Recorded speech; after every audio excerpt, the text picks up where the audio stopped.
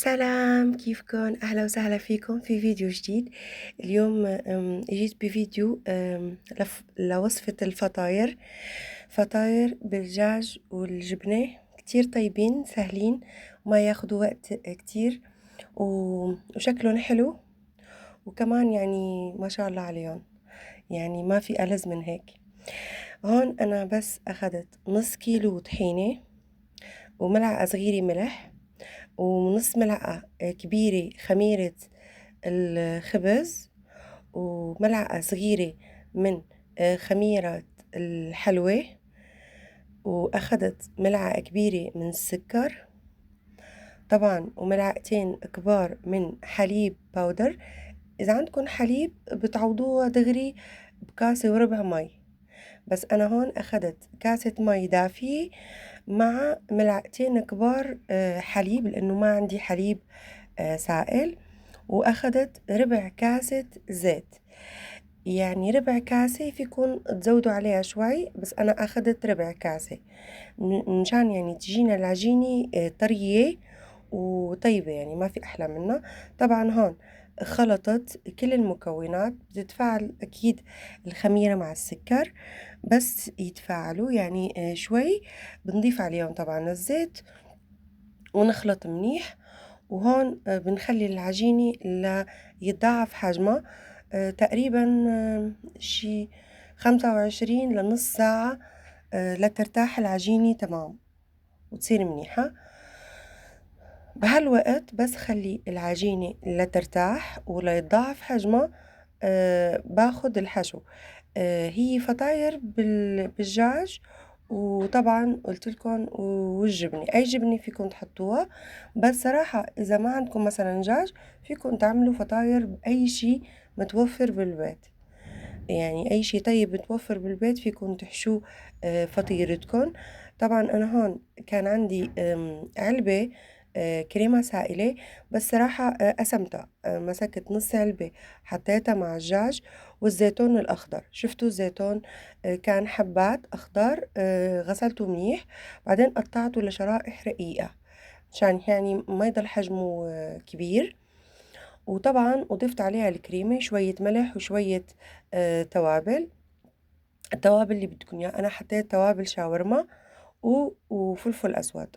هون أنا حبيت أعمل شريحة، بس يعني أرجيتكم إياها شريحة شو اسمه ورق البرك، يعني ما بحبه مقلي، فحبيت إنه أرجع أعمل هالشطيرة الدائرية كتير طيبة ومقرمشة.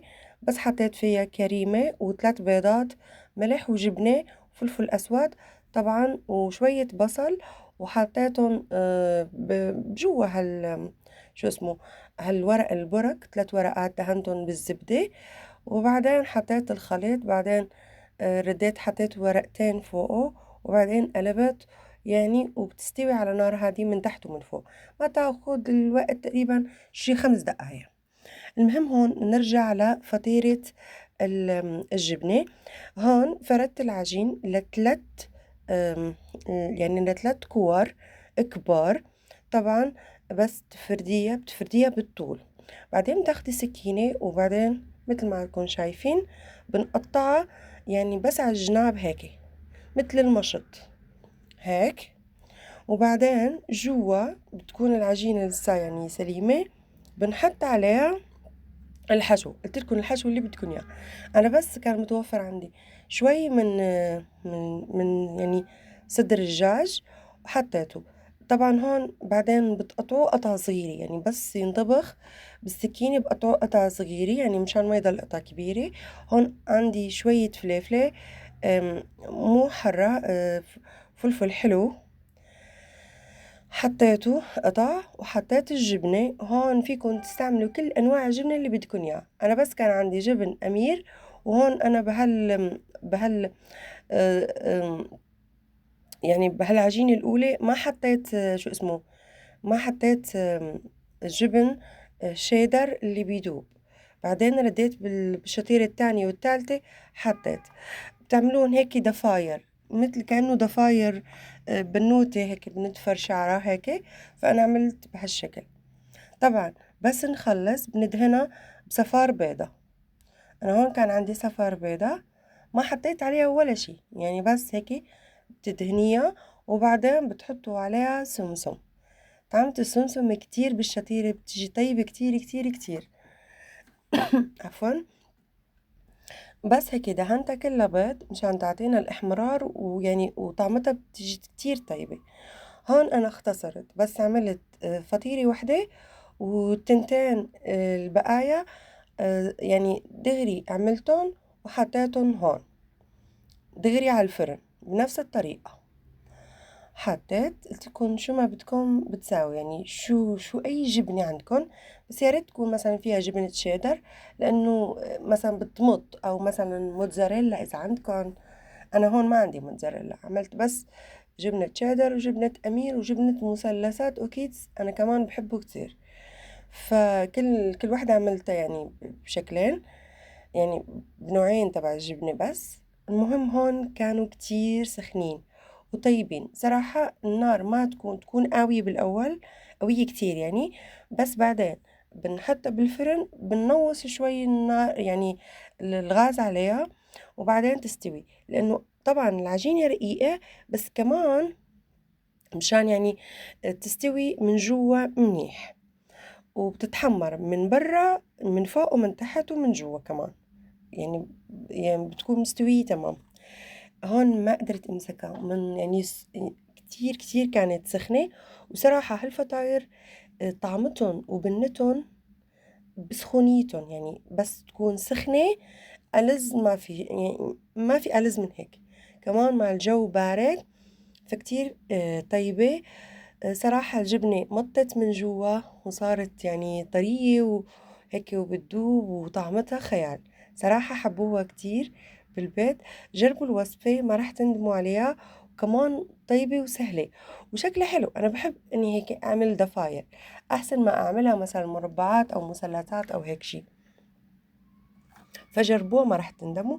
هون الشتيري كمان تبع البورك عملتها، وإجت مكرمشة وحلوة وطيبة، يعني بس بشوية بصل وقلتلكن وبيض وكريمة وجبنة وملح وفلفل أسود، مو أكتر من هيك. طبعا هون تعشينا الحمد لله، أكلنا وشبعنا، وغسلت المواعين.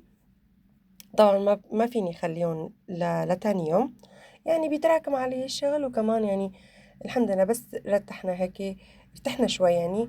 وبعدين طبعا بعد العشاء حبيت كاسة شاي. طبعا ما صورت، بس هيك هيك كأنه عجبني الأكل، فحبيت هيك إني آكل معه، يعني أشرب معه كاسة شاي. بس شربت كاسة الشاي، طبعا تفرجت شوي على التلفزيون، وبعدين رجعت على المطبخ. لا غسلت المواعين، بس غسلت المواعين هاد روتين ليلي يعني، هون بالليل، هون امبارح بالليل. طبعا بس غسلت المواعين حبيت انه نظف الحمام. صراحة الحمام هون يعني هو حمام، أعزكم الله مع تواليت، يعني كأنه غرفة كبيرة وفيها حمام، وفيها كرسي، يعني التواليت. فشو اسمه، هون في فاصل بين الحمام والحوض اللي بنغسل فيه ايدينا. هدول الابواب يعني جرارة هيك بيروحوا بيجوا. طبعا مع الاستعمال كتير والحمام وهيك، وبنستحم كتير مثلا. ف شو اسمه يعني كتير تعبوا كلس. شوفوا لي هون شكل المواعين، بحب صور شكل المواعين ما بعرف ليه، مع اني ما بحب كتير اغسل المواعين على فكرة. يعني بحس انه المواعين بالدنيا ما بتخلص. يعني مثلا فيكي تنظفي وبتشطفي الأرض وبتغسلي مثلا أواعي، ويعني هيك بتنظفي كل البيت ايه. بس انك المواعين ما بتخلص، لانه مثلا واحد رايح شارب كاسة شاي، وواحد فنجان قهوة، وواحد مثلا بده يعمل كاسة عصير، وواحد هيك. ف... فدايما المجلى فيه مواعين، فعلى طول بغسل، وما بحس حالي كأنه يعني لو أحسن شي بالدنيا صراحة إنه واحد يكون عنده غسالة المواعين، يعني غسالة الأطباق يعني كتير كتير بتسهل على الواحد بحياته يعني اليومية. هون جابوا لي شوية أغراض، مثلا هون خميرة ال- الحلوى وطحينة زيت وحليب. بصراحة الزيت آه، يعني ناقص شوي، ما انه متوفر بالمحلات كتير، يعني يدوب لقى يعني النينة تبع 2 لتر صراحة، بس لاقيه لازم نشتري كتير يعني منه، لأنه صراحة ما بعرف كأنه ما في بالمحلات. وهذا الشي بيخوف، لأنه كتير إحنا بنستعمل الزيت يعني مو بس بالطبخ أو هيك شي، يعني حتى بالأكل بالحلويات بكل شي. بالقلي مثلا لازم نقلي بطاطا على طول وهيك، فمشكلة تبع الزيت هاد. واشتريت كمان فانيلا واشتريت كمان شو اسمه فلان نوارا، بحبه كتير بموت عليه، تبع الكراميل وتبع الشوكولا. يعني نوعنا هيك وهيك، مشان يعني ما كل مرة يعني ما كل مرة بنشتري، ومثلا ما بيكونوا بالبيت، فبضطر اني انزل انا على السوبر ماركت، فبشتري بكميات كبيرة وبخليها بالبيت لا تعزة. هون طبعا غسلت سجاد شو اسمه اللي بنحطها تحت الحوض الحمام. هاي الطاولة بحبها كتير.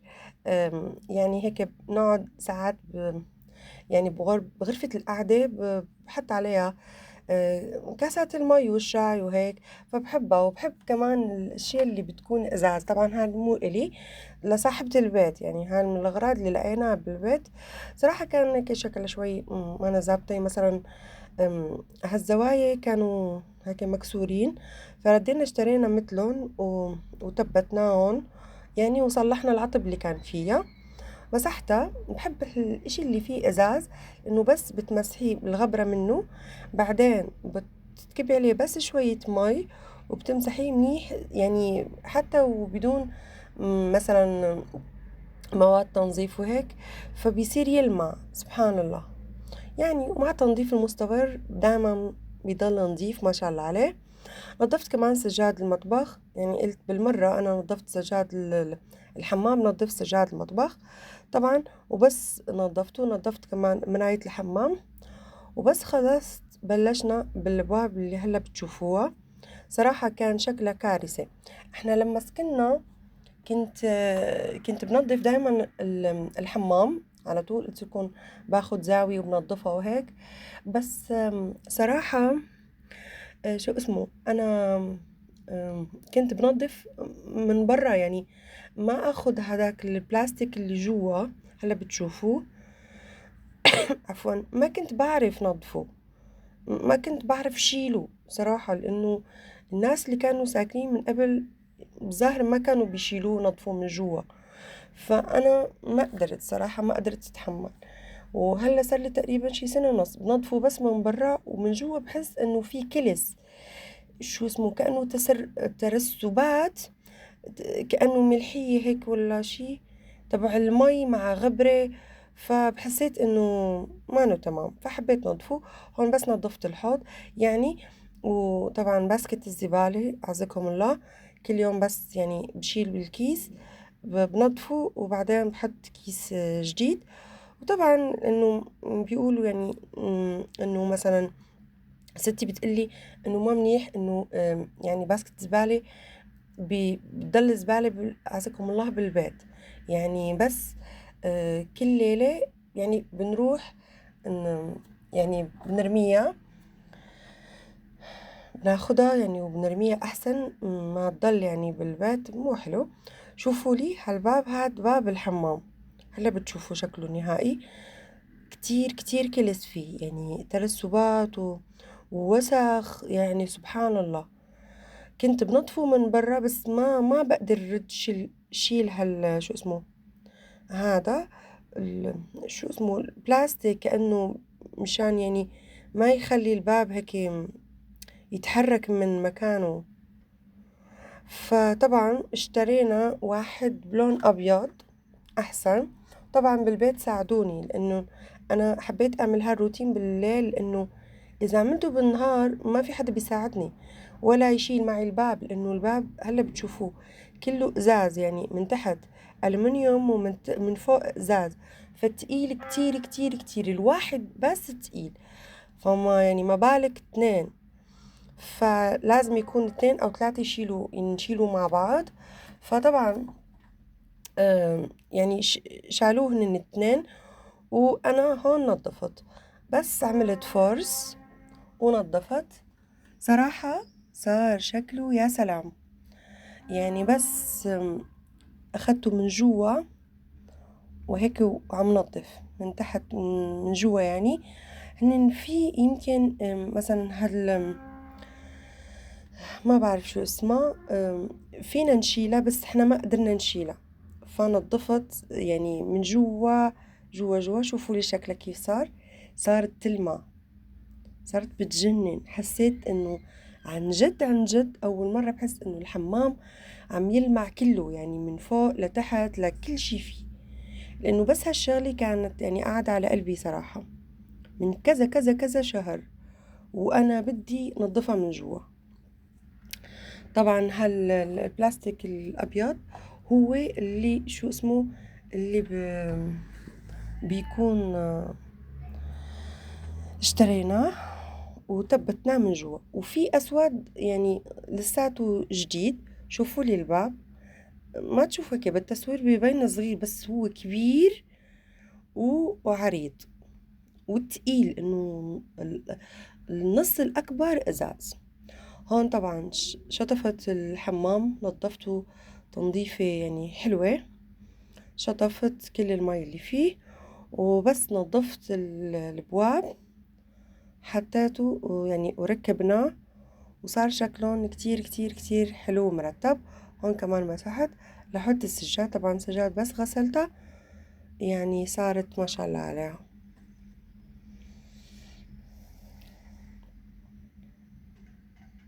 بحب كتير صور الحمام، ما بعرف ليه، بس أنا مثلا الحمام والمطبخ بس نضفهم بحس إنه يعني النظافة فيهم أحلى.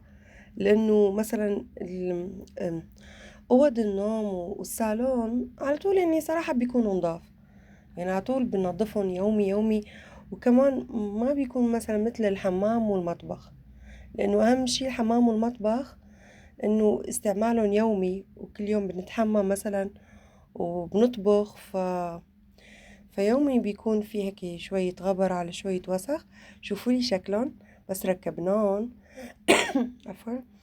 من تحت يعني الألمنيوم صار يعني اتقشر، صار في كتير يعني هيك انتزع مثل ما يقولوا.